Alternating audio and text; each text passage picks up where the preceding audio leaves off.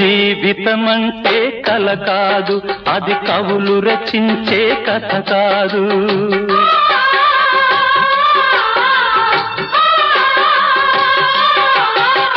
జీవితమంటే కల కాదు, అది కవులు రచించే కథ కాదు. కనుమరుగైనది సిరి కాదు, అది మనదని తలచుట సరికాదు. కుడి ఎడమైతే పొరపాటు లేదను నానుడి సత్యం కాదు, ఇది అందరికి అర్థం కాదు. ఓ